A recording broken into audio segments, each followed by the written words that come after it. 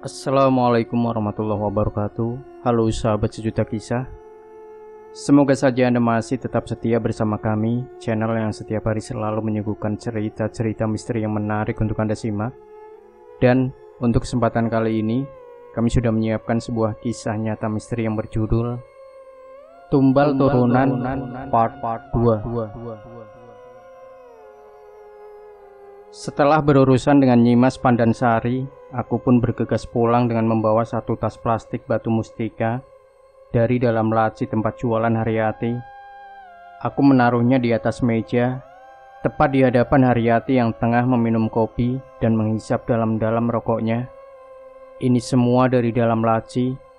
Sekarang coba ambil semua barang-barang mustika warisan dari Mbah Sudirat, ucapku. Haryati segera beranjak dan melangkah memasuki kamarnya. Dan tidak lama kemudian keluar dengan membawa semua benda-benda pemberian mbahnya. Di saat tanganku akan membawa semua benda-benda itu, ada sebuah kekuatan yang tak kasat mata menahanku, yang menjadikan benda-benda itu tidak terangkat oleh tanganku. Beberapa kali aku beristighfar, tetap saja benda-benda di dalam kantong plastik itu tak mampu aku cincing. Ya Allah, gumamku dalam hati. Melihat hal itu, Haryati pun kemudian mencoba untuk menenteng kantong plastik itu. Dan anehnya, dengan enteng Haryati dapat mencincingnya. Aku segera meminta Haryati untuk memasukkan kantong plastik itu ke dalam mobilnya. Kali Ciliwung, Kota Bogor, menjadi tempat di mana Haryati melarung semua benda-benda pemberian Mbah Sudirat, beserta mustika yang aku bawa dari kiosnya. Dengan menyebut asma Gusti Allah, benda-benda mistis itu pun dapat dilarung dengan lancar tanpa halangan. Dalam perjalanan pulang, aku kembali mengingatkan Haryati untuk selalu berzikir dan jangan meninggalkan sholat 5 waktu. Karena sebetulnya saat ini Haryati telah menabuh genderang perang dengan penguasa Gua Naga Raja yang menjadi Tuhan bagi mbahnya Sudirat. Sesampainya di rumah, aku duduk di kursi panjang tengah rumah. Beberapa anak yatim piatu yang selama ini menjadi tanggungan Haryati terlihat tengah bermain. Haryati kemudian datang dengan 2 cangkir kopi di tangannya, lalu duduk di hadapanku. Mataku masih menatap lekat pada sosok buto yang menghias dinding rumahnya. Satu hawa yang begitu panas kembali aku rasakan, dan hawa itu keluar dari wayang kulit yang terpanjang. Tak berselang lama, kemudian terdengar sebuah suara gemeretak dari arah kamar Haryati. "Apa itu, Ti?" tanyaku penasaran. "Ayo Mas, kita lihat," ajak Haryati sambil berdiri dan melangkah ke arah kamarnya. "Lisa, sini, ayo ikut Om," ajakku pada Lisa, salah seorang anak yatim yang diurus oleh Haryati. Aku segera meraih pergelangan tangan Lisa dan berjalan bersama masuk ke dalam kamar Haryati. Di dalam kamar terlihat 2 bilah keris yang terpajang dengan ukuran yang berbeda. Yang satunya terlihat lebih panjang dari ukuran biasanya. 2 bilah keris yang terpajang di dinding itu seakan ingin keluar dari sarungnya. Dan hal itulah yang menjadi sumber suara gemeretak tadi. Haryati dan Lisa yang melihat hal itu kemudian menatap ke arahku dan berjalan di belakangku. Dengan berdoa terlebih dahulu, tanganku mengambil bilah keris yang panjang itu, lalu mencabut keris itu keluar dari sarungnya. Sebuah hawa dingin menerpaku saat bilah keris berluk 13 keluar dari sarungnya. Setelah memasukkannya kembali, aku meletakkan keris itu di atas ranjang Haryati. Tapi tiba-tiba suara gemeretak lainnya terdengar dari dalam lemari. Aku pun meminta Haryati untuk membuka lemarinya. Dan nampak dari dalam lemari sebuah kotak kayu berukir. Dan suara itu berasal dari sana. Tanpa diminta, kemudian Haryati mengambil kotak kayu itu, kemudian membuka dan mengeluarkan isinya. Dan kini nampak sebuah jenglot dengan tubuh ular, rambut panjang, berikat kepala merah, juga taring dan kukunya yang panjang. Mas Wi, jangan salah paham. Barang-barang ini sudah beberapa kali aku buang. Tapi setiap kali ku buang, barang-barang ini selalu kembali ke sini. Ada beberapa orang pintar yang ingin memilikinya, tapi aku malah balik lagi. Sampai orang pintar itu pun sudah tidak sanggup lagi membawanya dari sini. Jelas Haryati. Aku segera memejamkan mata dan mencoba untuk berkomunikasi dengan makhluk penunggu keris juga jenglot itu. Dan ternyata mereka memintaku untuk mengembalikan mereka kepada pemilik pertamanya, yaitu Mbah Sudirat. Khusus untuk pusaka yang ini semua, coba kembalikan pada mbahnya. Insya Allah tidak akan kembali lagi, ujarku sesaat setelah membuka mata. Jadi aku harus pulang kampung ya mas? Tanya Haryati memastikan. Ya, jawabku sambil berjalan keluar kamar Haryati. Mas Wi mau antar aku ke Jawa. Kalau mas mau, biar nanti bisa kenal juga dengan keluargaku yang lain. Sama mbah dan mbokku juga. Gimana, mau kan? Mau ya mas? Tanya Haryati memastikan dengan nada sedikit memaksa. Aku diam tidak memberikan jawaban. Aku hanya berpikir bahwa dengan mengembalikan semua barang ini kepada kakeknya Haryati, secara otomatis tentu akan diketahui oleh kakeknya bahwa Haryati telah berubah. Gimana mas? Mau? Kembali Haryati bertanya. Apakah kamu sudah siap kalau kakekmu marah karena mengembalikan semua pemberiannya? Ujarku. Aku sudah siap kalau Simbah marah, tapi aku belum siap jika Tuhan yang murka karena ulahku yang menyekutukannya, jawab Haryati tegas. Setelah memastikan kesiapan Haryati, kami pun langsung bersiap-siap, dan pada keesokan harinya langsung berangkat menuju kampung halaman Haryati. Selesai menempuh perjalanan yang lumayan panjang, akhirnya aku sampai di kediaman keluarga Haryati. Haryati pun bergegas turun dari mobil, dan tak lama aku pun mengikutinya dari belakang. Baru saja aku turun dari mobil, sebuah hawa yang begitu berat terasa olehku. Dadaku seakan terhimpit oleh sebuah kekuatan yang besar yang membuatku sedikit kesulitan untuk bernafas. Sebentar aku memejamkan mata, mengucap istighfar dan asma Allah. Lalu kemudian kuhembuskan serentak nafasku dari mulut dan hidung. Dan setelah itu, dadaku kembali menjadi lebih ringan, dan aku pun berjalan menyusul Haryati di belakangnya. Kini, aku dan Haryati duduk di hadapan seorang kakek yang berusia sekitar 1 abad lebih, dengan pakaian yang serba hitam. Kakek Sudirat memandangi wajahku dan juga wajah Haryati dengan sorot mata dalam dan kening yang berkerut. Ini ada apa, Nduk? Tiba-tiba kamu datang dan mengembalikan semua peganganmu sama Simbah. Dan siapa laki-laki ini? Ada apa dengan kalian? Tanya Mbah Sudirat heran. Mbah, aku pengen hidup normal seperti orang lain. Punya suami, punya anak, juga punya keluarga. Dan laki-laki ini supirku, Mbah, jawab Haryati. Lah, kalau dia sopirmu, kenapa diajak masuk? Ini obrolan penting, suruh keluar, ujar Mbah Sudirat. Aku yang sedikit mengerti bahasa daerah hanya mesem sambil memalingkan muka ke arah Haryati. Haryati lalu mengedipkan matanya. Aku paham dan segera keluar dari rumah Mbah Sudirat. Tak berapa lama kemudian, Haryati pun keluar sambil berpamitan dan meninggalkan rumah kakeknya itu. Kami pun melanjutkan perjalanan, dan setelah menempuh perjalanan yang tidak begitu lama, sampailah kami di rumah orang tua Haryati. Mbok Murti menyambut kedatangan anaknya itu, juga tidak ketinggalan adik bungsu Haryati, Santi. Setelah selesai sholat Isya, aku pun duduk di ruang tamu bersama kakak tertua Haryati, juga adik bungsunya. Yatno, nama kakak tertua Haryati, bercerita panjang lebar tentang keadaan keluarganya, termasuk tumbal turunan yang menimpa adik-adiknya. Tanpa ada yang terlewat, semua diceritakan oleh Yatno.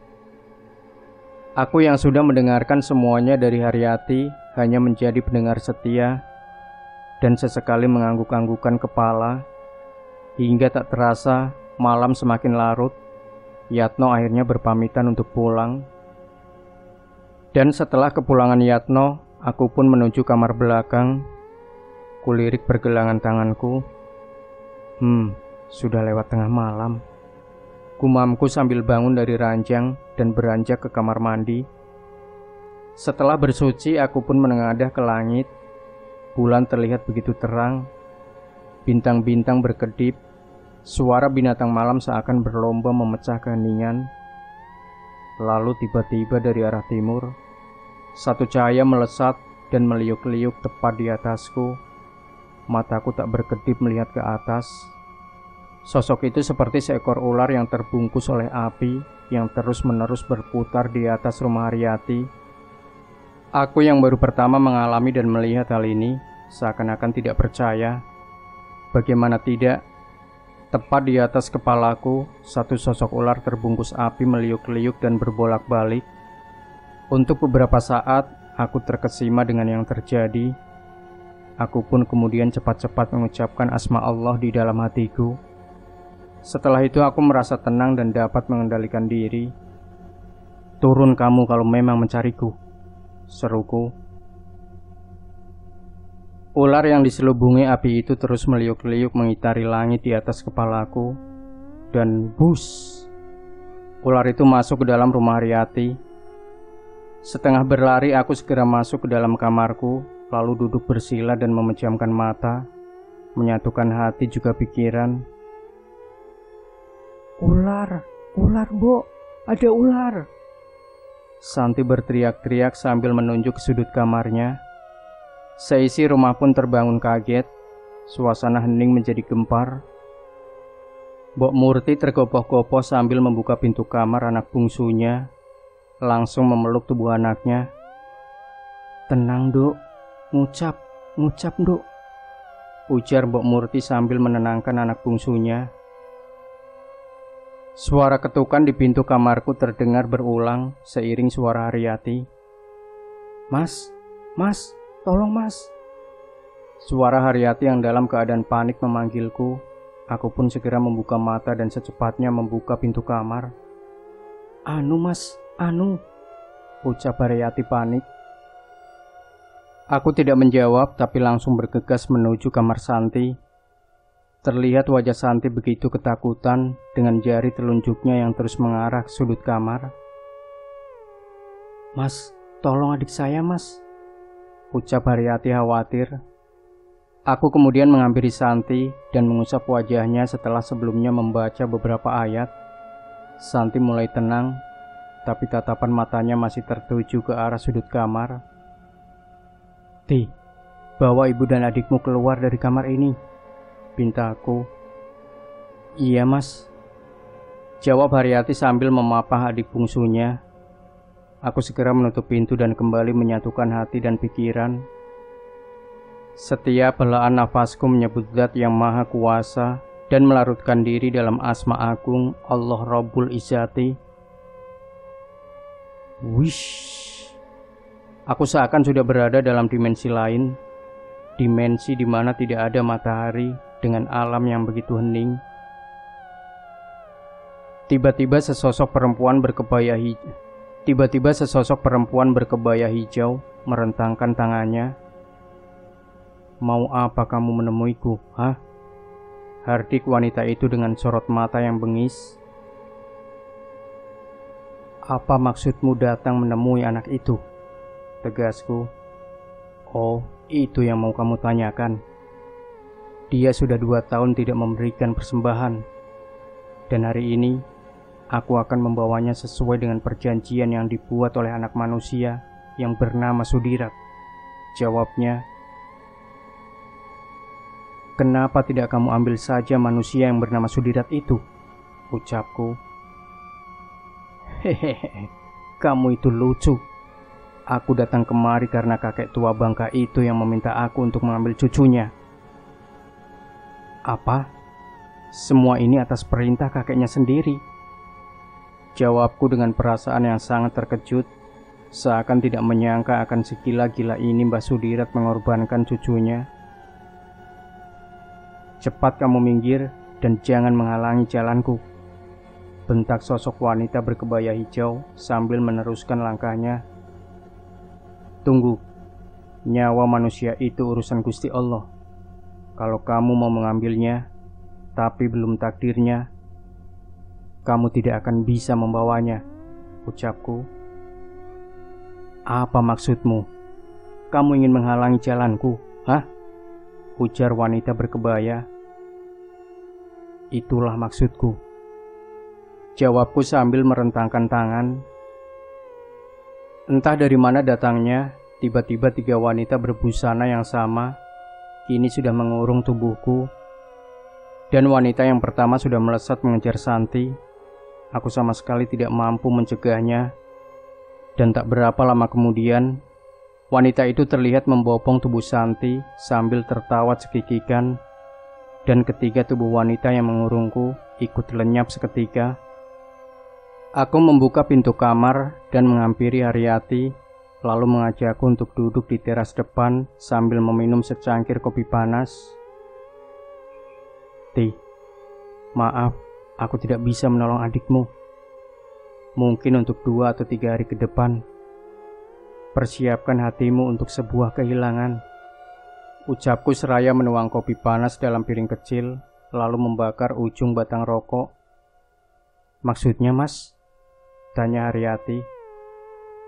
Adikmu sudah 2 tahun ini tidak bersuami lagi kan? Itulah sebabnya adikmu yang diambil oleh penguasa Gua Raja Naga sebagai ganti dari tumbal keturunan, ungkapku. Ya Allah Santi, maafkan Mbak Yumu, gumam Haryati dengan derayan air mata. Ti, bisa jadi esok atau lusa giliranmu. Tapi ajal manusia di tangan Gusti Allah. Bentengi dirimu. Aku tidak bisa berbuat banyak, apalagi di sini yang memang menjadi kawasan kerajaan siluman ular. Kekuatan mereka betul-betul tidak bisa dianggap remeh, ujarku sambil menepuk bahu Haryati. Pada keesokan harinya, tubuh Santi panas tinggi. Semua badannya panas, kecuali ujung kakinya yang terasa sangat dingin. Saat aku menyentuhnya, aku merasakan bahwa sukma Santi telah dibawa pergi. Dan tepat pada sore harinya, Santi pergi untuk selamanya dari alam manusia. Mbok Murti histeris. Haryati terlihat bisa mengendalikan diri. Setidaknya dia sudah tahu apa yang akan terjadi pada adik bungsunya itu. Aku memandangi jasad Santi yang terbujur kaku di tengah rumah. Bagiku itu bukanlah jasad Santi, tapi hanyalah sebuah batang pohon pisang. Aku tidak mengatakannya kepada Haryati. Aku hanya diam dan bersikap layaknya orang yang tengah berduka. 3 hari sepeninggal Santi, Mbah Sudirat kemudian datang. Dia menatap ke arahku yang tengah duduk di tanah kosong sebelah rumah dalam-dalam. Mbah Sudirat terlihat mendekat dan kini duduk di kursi tepat di hadapanku. Jangan sekali-kali mempengaruhi cucuku untuk menghentikan perjanjian keramat, atau aku tukar nyawa cucuku dengan nyawamu, ucap Mbah Sudirat. Maksudnya apa, Mbah? Jawabku. Jangan pura-pura bodoh. Kamu pikir aku tidak tahu apa yang kamu lakukan dengan menghadang jalan utusan Raja Naga? Ingat, jangan ikut campur, atau aku yang akan menjadikan nyawamu sebagai tumbal untuk menggantikan nyawa cucuku Haryati, ancam Mbah Sudirat tegas. Maaf Mbah, saya ada perlu, saya tinggal dulu, jawabku seraya berdiri dari kursi kayu. Kurang ajar, orang tua lagi ngomong, kamu mau pergi begitu saja, seru Mbah Sudirat sambil menggerakkan telapak tangannya dan seakan memukulku dari jarak jauh. Satu hawa panas kemudian menerpa punggungku. Aku yang merasakan serangan itu kemudian berbalik badan dan kembali duduk di hadapan Basudirat. Sorot matanya terlihat begitu tajam dan bengis. Aku balik menatapnya sambil membaca hijab kursi dalam hati. Rasa panas di punggungku mulai mereda. Sambil duduk, Basudirat terlihat berkomat-kamit dengan tangannya bergetar kencang. Aku mulai merasakan sesak. Nafasku tersengal-sengal.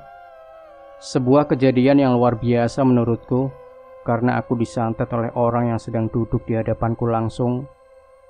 Sambil duduk, kedua tanganku memegangi ujung meja sambil menarik napas panjang. Aku menahannya di dalam perut, kakiku menghentak, menginjak tanah, seraya berseru asma Allah. Dan seketika rasa sesak dan sakit di ulu hatiku hilang, seiring berjatuhannya paku dan juga jarum dari perutku.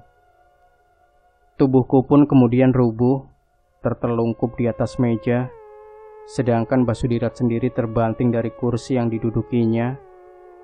Tubuhnya kembali bangun dan duduk berhadapan denganku lagi.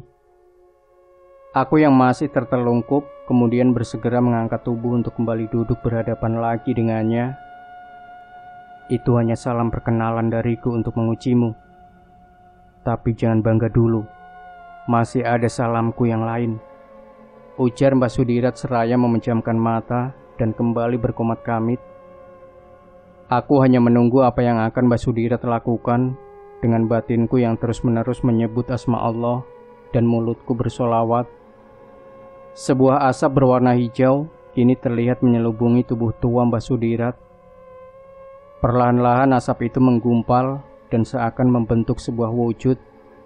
Dan benar saja, asap itu kini berubah menjadi sesosok ular berwarna hijau. Ular itu membelitkan tubuhnya, sementara kepalanya sejajar dengan kepala Basudirat. Aku yang melihat itu langsung menarik kursi kayu ke belakang dan membaca mantra pemanggil, disusul dengan menghentakkan kakiku ke atas tanah 3 kali. Desisan ular hijau dengan aroma amis darah disambut sebuah auman dari sosok yang kupanggil. Sosok tubuh berbulu putih hitam kini nampak duduk di sampingku. Lidahnya menjilati wajahku seakan rindu denganku. Aku pun segera membalas dengan mengelus kepalanya. Wangsa Direja, aku memanggilmu karena kakek itu ingin berkenalan denganmu, ucapku yang dijawab dengan sebuah auman membahana. Itu hanya kucing kurap yang mau kamu sombongkan padaku, hah? Ujar Basudirat dengan sombong. Iya mbah, aku hanya berteman dengan kucing kurap. Tidak jauh beda dengan mbah yang berteman dengan cacing tanah, jawabku membalas ejekan Basudirat. Bagus kalau begitu, biarkan kucing kurapmu bermain-main dengan cacing tanahku. Kita lanjutkan permainan kita, ajak Basudirat. Silahkan mbah, saya mohon maaf bila lancang dengan orang tua, ucapku menjawab tantangannya. Tak berselang lama, terdengar suara langkah kaki yang mendekatiku, dan itu adalah Haryati. Niki mbah kopine, ujar Haryati sambil menyodorkan 3 cangkir kopi dan duduk melingkari meja. Basudirat yang memejamkan mata, kemudian membuka matanya. Iya nduk, balas Basudirat. Aku juga mengangguk tersenyum ke arah Haryati yang tidak tahu apa-apa.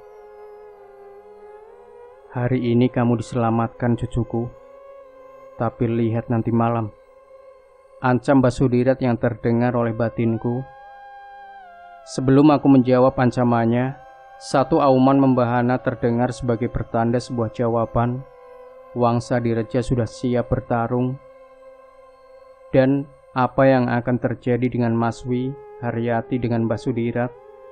Pastikan Anda tidak melewatkan bagian ketiga dari sebuah kisah nyata misteri yang berjudul Tumbal Turunan. Jangan lupa berikan komentar Anda, like, share video ini, subscribe channel Sejuta Kisah, dan nantikan kembali cerita-cerita misteri terbaru dari kami. Wassalamualaikum warahmatullahi wabarakatuh.